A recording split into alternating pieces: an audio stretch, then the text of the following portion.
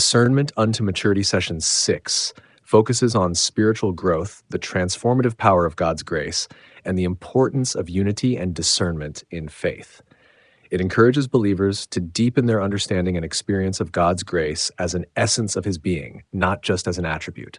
Through scriptural study and experiential knowledge, participants are exhorted to grow in spiritual maturity and unity, co-participating in the life of God. Themes include the development of spiritual faculties like discernment, the recognition of God's grace in daily life, and the importance of communal spiritual growth. Directives are given to reflect on personal experiences of grace, testify to God's work, and engage in spiritual fellowship.